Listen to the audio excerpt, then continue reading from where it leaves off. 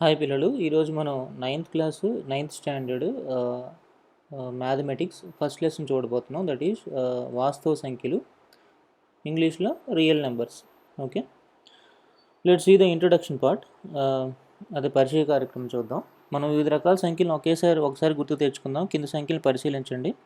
7, 100, 9, 11, -3, 0, -1/4, 5, 1, 3/7, 0.12, 13.222, -5/3, 5.6 bar. Okay, ఈ సంఖ్యలు ఏ సంఖ్యా జాతికి చెందితే నిర్ణయించి కాగితంపై రాసి వాటిని కింద ఇచ్చిన సరైన సంచుల్లోకి వేయండి. స్నేహ మరియు జూన్లు పై సంఖ్యల్లో ఆ సంఖ్యలు ఏ సమితి చెందుతాయో ఆ సంచిలో చేర్చారు. ఒకే సంఖ్యను ఒకటి కంటే ఎక్కువ సంచుల్లో వేయవలసి వచ్చినా ఆ సంఖ్య కాపీలు తయారు చేసి సంబంధిత సంచుల్లో వేయండి. ఓకే, ఇవి n అంటే న్యాచురల్ నెంబర్, సహజ సంఖ్యలు, W పూర్ణాంకాలు, Z పూర్ణ సంఖ్యలు, Q అకరణీయ సంఖ్యలు. ఓకే, Z సంఖ్యలో పూర్ణాంకాలకు చూడండి, న్యాచురల్ నెంబర్స్ అంటే 1 to infinity. ఇవి పూర్ణాంకాలు అంటే 0తో మొదలవుతాయి. న్యాచురల్ నెంబర్స్ 1తో స్టార్ట్ అవుతాయి. పూర్ణ సంఖ్యలు, నెగిటివ్ నెంబర్స్ కూడా వస్తాయి పూర్ణ సంఖ్యల్లో.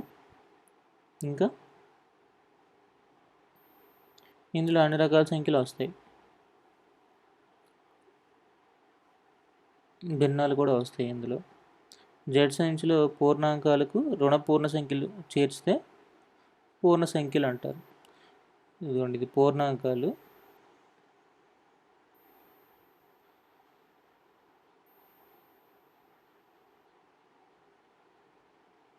పూర్ణాంకాలకి రుణ సంఖ్యలు, ఇవి ఓన్లీ ధన సంఖ్యలే కదా, రుణ సంఖ్యలు కూడా చేర్చారనుకోండి అవి పూర్ణ సంఖ్యలు అవుతాయి. పూర్ణ సంఖ్యలను జడ్తో సూచిస్తారు. ఇది ఎగ్జాంపుల్. Okay, -∞ to +∞.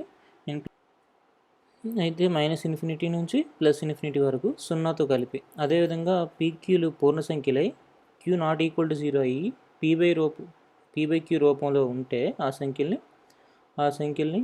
Q సంచిలో కూడా వేయచ్చు. ఓకే, ఇంకా సంచి N, W, Zలు అన్ని సంఖ్యలు Q సంచిలో ఉన్నాయి. ఓకే, Q అనేది సూపర్ సెట్ అవుతుంది వీటన్నిటికీ. ప్రతి సహజ సంఖ్య, ప్రతి పూర్ణాంకం, ప్రతి పూర్ణ సంఖ్య ఒక అకర్ణీయ సంఖ్య అవుతుంది కాబట్టి వీటన్నిటిని P/Q రూపంలో రాయొచ్చు. కాబట్టి ఇక్కడ PQలు పూర్ణ సంఖ్యలు మరియు Q ≠ 0. ఓకే, అయితే ఇందులో వస్తాయి. Q అనేది అకర్ణీయ సంఖ్యలు. ఉదాహరణకు -15ను -15/1గా రాయొచ్చు కదా. కొన్ని భిన్నాలు చూద్దాం. ఇవన్నీ సమాన అకర్ణీయ సంఖ్యలు, 1/2, 2/4, 10/20, 50/100.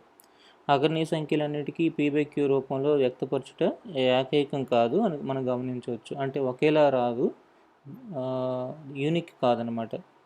కాబట్టి P/Q ఒక అకర్ణీయ సంఖ్య అని, P/Qని సంఖ్య రేఖపై సూచిస్తున్నామని అంటే PQలు పూర్ణ సంఖ్యలు, Q ≠ 0. మరి P మరియు Qల్లో ఉమ్మడి కారణాంకం 1 తప్ప ఏ ఇతర సామాన్య కారణాంకాలు లేవన్నమాట. అనగా PQలు రెండు సాపేక్ష ప్రధానాంకాలుగా భావించాలి. కాబట్టి 1/2ని సంఖ్య రేఖపై సూచించుట అంటే దానికి సమానమైన అనంతమైన భిన్నాలకు బదులుగా వాటి సూక్ష్మ రూపమైన 1/2ని సూచిస్తున్నామని అర్థం. ఓ సంఖ్య రేఖపై పూర్ణాంకాలను ఎలా గుర్తించాలో మీకు తెలుసు. 0కు కుడివైపు అన్ని ధన సంఖ్యలు, 0కు ఎడమ వైపు అన్ని రుణ సంఖ్యలు. అకర్ణీయ సంఖ్యలు సంఖ్య రేఖపై ఎలా గుర్తిస్తారో ఒకసారి గుర్తు తెచ్చుకోండి. 3/4 సంఖ్య ఉందనుకోండి, 3 లవం 4 హారం. ఓకే, ఇందులో వృత్తంలో చూడండి సమానంగా 4 భాగాలు ఉన్నాయి కదా, ఇందులో 3 భాగాలు అనమాట. లేదంటే ఇలా ఒకటి తీసుకున్నారనుకోండి, రెక్టాంగిల్లో సమాన భాగాలు చేస్తే ఇందులో మూడు వంతులు అనమాట. సో 0 నుంచి 1 వరకు మనం 4 వంతులు చేద్దాం. ఓకే, చేసి అందులో 3వ వంతుని గుర్తిద్దాం. అది 3/4 అవుతుందన్నమాట. 5/3 మరియు -5/3ని సంఖ్య రేఖపై సూచించండి. ఇప్పుడు 5/3 కావాలనుకోండి మీకు ఏం చేయాలి? 0 నుంచి 1 వరకు 3 భాగాలు చేయాలి. అలానే 1 నుంచి 2 వరకు కూడా 3 భాగాలు చేయాలి. 0 నుంచి మొదలు పెడితే 5వ భాగం 5/3 అవుతుంది. లేదంటే 1 నుంచి మొదలు పెడితే 1 3/3 కాబట్టి దీని తర్వాత వచ్చే రెండో భాగం 5/3 అవుతుంది.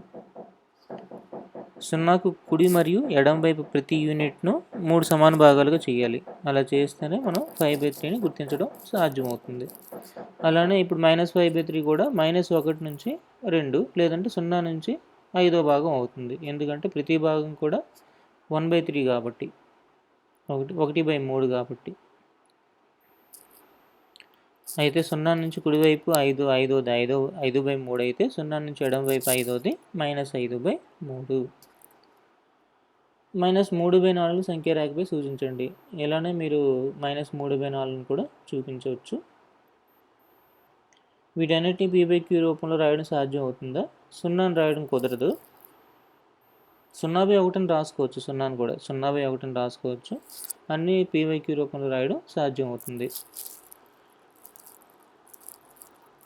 మీ స్నేహితుడు 0 నుంచి 100 మధ్యలో ఒక పూర్ణ సంఖ్యను మనసులో అనుకున్నాడు. అతను అనుకున్న సంఖ్యను నువ్వు అతి తక్కువ ప్రశ్నలు అడిగితే ఎలా రాబట్టగలవు? నీవు అడిగిన ప్రశ్నలకు మీ స్నేహితుడు కేవలం అవును లేదా కాదు అని మాత్రమే సమాధానం చెప్తాడు. ఇది ప్రయత్నించి చూడండి. ఉదాహరణ 2 కింది వాక్యాలు ఏవి సరైనవేవి మీ జవాబును ఒక ఉదాహరణతో సమర్థించండి. ప్రతి అకర్ణీయ సంఖ్య ఒక పూర్ణ సంఖ్య అవుతుంది. ఇది సరికాదు. ఎందుకంటే భిన్న రూపంలో ఉందనుకోండి. ఎగ్జాంపుల్ ఇదిగోండి ఇక్కడ ఇచ్చాడు 7/8 భిన్న రూపంలో ఉంది. ఇది పూర్ణ సంఖ్య కాదు కదా. ప్రతి పూర్ణ సంఖ్య ఒక అకర్ణీయ సంఖ్య అవుతుంది. ఇది సరైనది. ఎందుకంటే ఏ పూర్ణ సంఖ్య తీసుకున్నా మీరు p/q రూపంలో రాయొచ్చు. ఉదాహరణ -2 -4 ఏదో ఒకటి ఏది తీసుకున్నా -2/4 -4/2 ఇలా మీరు రాసుకోవచ్చు. మూడోది 0 ఒక అకర్ణీయ సంఖ్య. ఇది సరైనదే.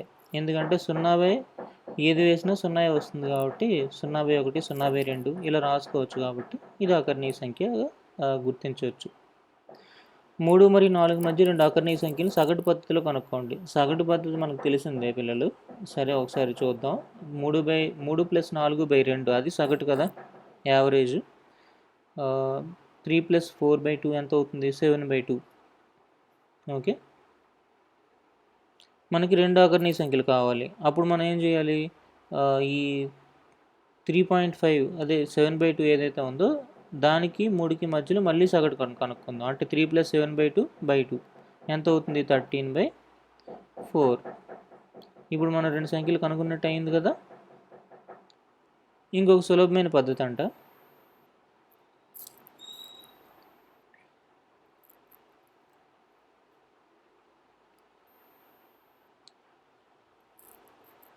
మూడుని 12/4గా రాసాం. 4ని 16/4గా రాసాం.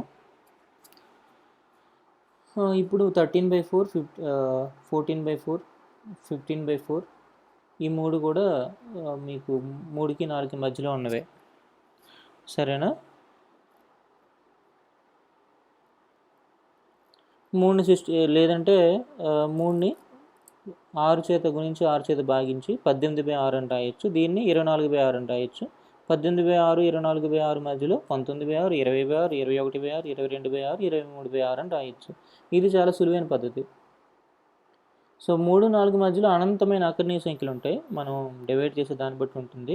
మరి ఏవైనా 2 వేరే అకర్ణీయ సంఖ్యల మధ్య కూడా ఇదే విధంగా లెక్కలేని అకర్ణీయ సంఖ్యలు ఉంటాయని చూపించవచ్చు. 2, 3ల మధ్య సగటు పద్ధతి ద్వారా 5 అకర్ణీయ సంఖ్యలు గుర్తించండి. ఇది మీరు చేయండి. -3/11 మరియు 8/11 మధ్య 10 అకర్ణీయ సంఖ్యలు ఉంచండి. అది కూడా చాలా సులువు అండి. -2/1 -1/1 0 ఇలా మీరు చేసుకుంటూ పోవచ్చు. 7/16 10/7 2/3లను దశాంశ భిన్నాలుగా రాయండి. ఇప్పుడు 16ని 7 చేత భాగిస్తాం. ఎలా భాగిస్తాం? 16 4 64 6 వస్తుంది. 16 3 48 12 వస్తుంది.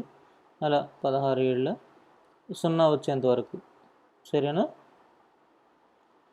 దీన్ని కూడా అలా చేసుకుంటూ పోండి. ఇక్కడ ఏమైనా రిపీట్ అవుతున్నాయా? ఇదిగోండి ఇక్కడ ఇది రిపీట్ అవుతుంది. అంతం కాని ఆవర్తిత దశాంశం ఇది 717 అలా మనం చేసుకుంటూ పోతే వచ్చిన సంఖ్యలే మళ్ళీ వచ్చాయనుకోండి, అది రిపీటెడ్ సీక్వెన్స్ అనమాట. ఎలా ఇదిగోండి మనం 10తో మొదలుపెట్టి మళ్ళీ 10కి వచ్చేసాం చూసారా.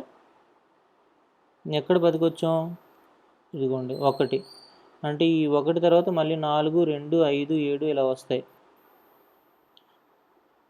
కాబట్టి దీనిపైన గీత పెడితే దాని అర్థం ఏంటంటే ఇవి పునరావృతం అవుతాయని, మళ్ళీ మళ్ళీ ఈ 6 సంఖ్యలు పునరావృతం అవుతాయని. ఇది అంతం కానీ భిన్నం అనమాట. దీనికి ఇంకా అంతం అంటూ లేదు. ఈ సింపుల్ ఎగ్జాంపుల్ ఇది చూసుకోండి. 3 6 18 మళ్ళీ 2 వస్తుంది. 3 6 18 అంటే 0.6 బార్ అని పెడితే 6లు అలా రిపీట్ అవుతూ ఉంటాయని. ఒక సంఖ్య రిపీట్ అవుతుంది కాబట్టి ఒక సంఖ్యకే బార్ పెడుతున్నాం. ఇది కూడా అంతం కాని ఆవర్తిత దశాంశం. వీటిని దశాంశ రూపంలో రాసుకోవచ్చు మీరు. 3/28ని p/q రూపంలో రాయండి. అది కూడా సులువే, చూసారు కదా ఎంత సులభంగా అయిపోయిందో. బై 100 వేసి ఈ రెండిటికి కామన్ ఫ్యాక్టర్స్ లేకుండా మనం చేసుకుంటూ పోతే చివరికి ఇది మిగిలింది. దీన్ని p/q రూపంలో రాయగలమా అని సందేహం మీకు కలగవచ్చు. రాయొచ్చు. ఎలా రాయాలో చూడండి. ఎలా రాయాలి, ఇది ఇలా కొనసాగుతూ ఉంది కదా. 100x ఏమవుద్ది, ఇది ఓకే. 100xలో నుంచి x తీసేయండి, 99x ఈక్వల్ టు ఎంత, 161. So x equal to 161/99. ఇది చాలా సులభంగా ఉంది కదా ఈ ప్రక్రియ.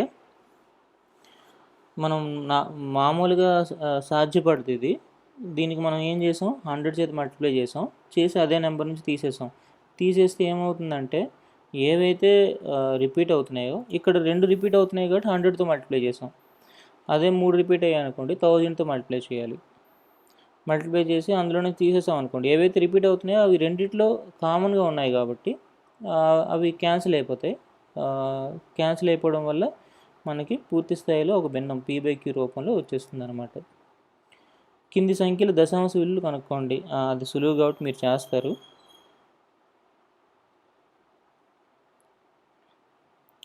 ఇప్పుడు అభ్యాసం 1.1 చూద్దామా.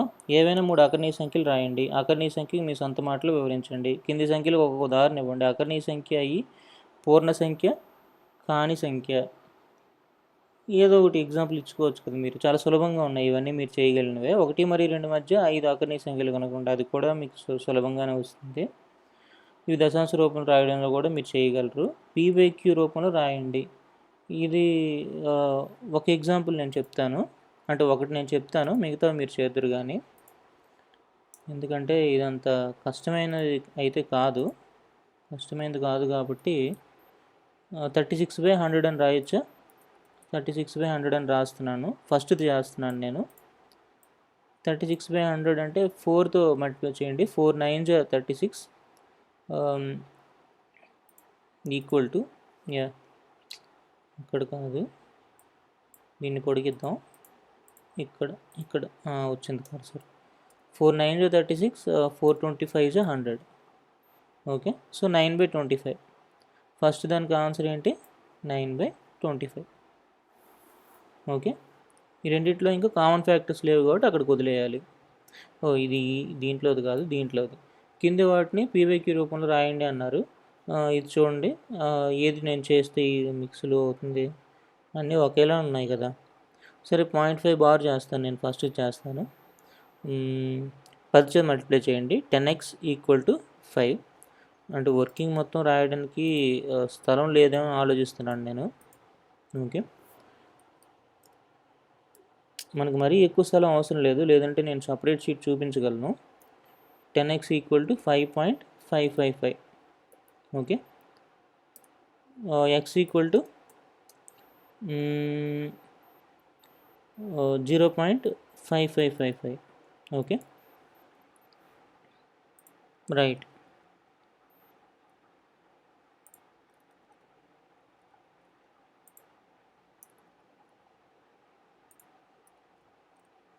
ఓకే.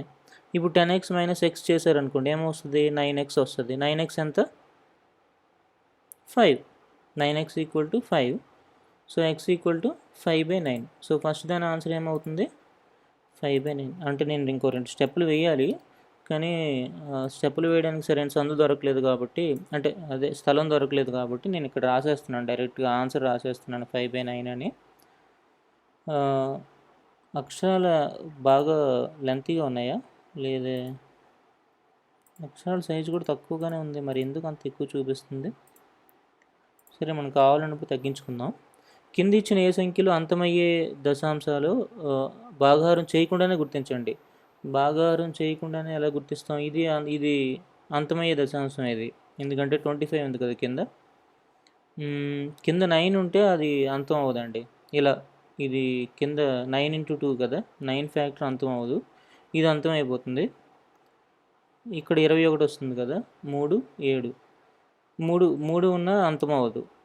1/3.3333 అలా రిపీట్ అవుతూ ఉంటుంది కాబట్టి ఈ కింద 3 అనేది ఒక ఫ్యాక్టరు, పైన 3 ఫ్యాక్టర్ కాదు కాబట్టి ఇది కూడా అంతం అవ్వదు. అంతమయ్యేవి 1 3. సరేనా? మన ఫ్యాక్టర్స్ బట్టి చెప్పడం జరిగిందనమాట. కరణీయ సంఖ్యలు, మరోసారి సంఖ్యారేఖను గుర్తు తెచ్చుకుందాం. సంఖ్యారేఖపై మనం ఎన్ని సంఖ్యలను సూచించామా లేదు, సంఖ్యారేఖపై సూచించబడిన సంఖ్యలు ఇంకా చాలా ఉన్నాయి. ఇప్పుడు ఆ సంఖ్యలు ఏవో చూద్దాం. కింది సమీకరణం పరిశీలించండి. x² = 4, 3x = 4, x² = 2. సమీకరణం 1ని సంతృప్తిపరిచే యొక్క విలువలు 2 ఉన్నాయి, -2 1 2 1. -2ని మనం సంఖ్యారేఖపై సూచించగలం, 2ని కూడా సూచించగలం. 3x/4 ఉంటే x = 4/3, దీన్ని మనం సంఖ్యారేఖపై సూచించగలం. x² = 2 ఉంటే x = √2, దాని వాల్యూ ఎంత? ఆ వాల్యూ అంతం అవుతుందా అంతం అవ్వట్లేదా అది చూసుకోవాలి మీరు. 1.4142135. లాస్ట్లో కూడా ఇంకా 0 రాలేదు, ఇంకా కొనసాగుతూ ఉంది అది.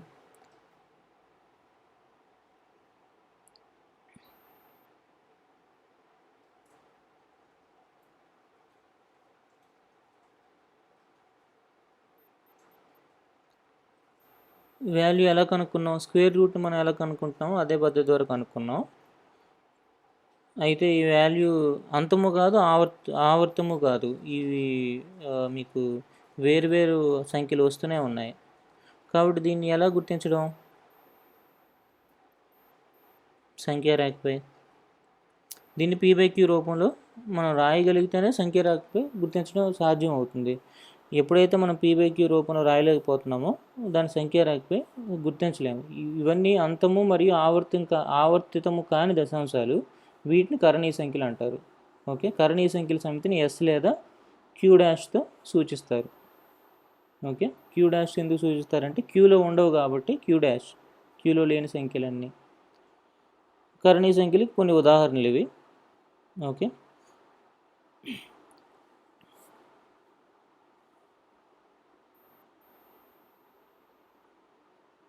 క్రీస్తుపూర్వం 5వ శతాబ్దంలో గ్రీకు ప్రఖ్యాత గణితవేత్త మరియు వేదాంత అయిన పైథాగరస్ యొక్క అనుయాయులు పైథాగోరియన్లు మొదటిసారి అకర్ణీయ సంఖ్యలు అకర్ణీయ సంఖ్యలు కాని సంఖ్యలు కనుక్కున్నారు. వీటిని కరణీయ సంఖ్యలను పేరు పెట్టారు.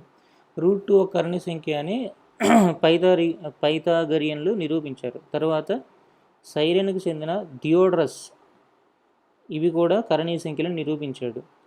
క్రీస్తుపూర్వం 800 కాలం నాటి సులభ సూత్రములలో వర్గమూలం కనుగొనుటలో కరణీయ సంఖ్యలు గురించిన సూచన కలదు.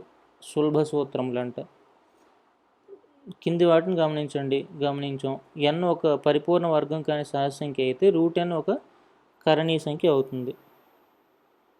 ఓకే, ఇది √1కి 1 వచ్చేసింది కాబట్టి ఇది కరణీయ సంఖ్య కాదు. మిగతావన్నీ ఏవైతే సహజ సంఖ్య అయ్యి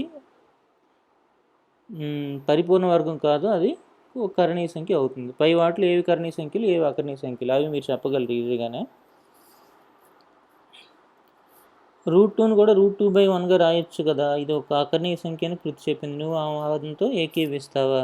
ఏకీవించను, ఎందుకంటే p/q రూపంలో రాసిన p ఖచ్చితంగా ఒక సహజ సంఖ్య అయ్యి ఉండాలి, అప్పుడే మనకి అది అకరణీయ సంఖ్య అని చెప్పుకోవచ్చు. 0 కాకుండా ఇంకేదైనా అది న్యాచురల్ నెంబర్ అయి ఉండాలి, సహజ సంఖ్య అయి ఉండాలి. పై గురించి తెలుసుకోండి. ఎంతవరకు వచ్చాం మనం మొదటి పాఠంలో? ఎక్సర్సైజ్ 1.1 అయింది, అభ్యాసం 1.1. 1.2 చాలా దగ్గరలో ఉన్నాం కాబట్టి 1.2 నుంచి ఎక్కడది పై గురించి కదా. పై గురించి తెలుసుకోండి. ఇక్కడ నుంచి మనం తర్వాత పార్ట్లో చూద్దాం, తర్వాత భాగంలో చూద్దాం.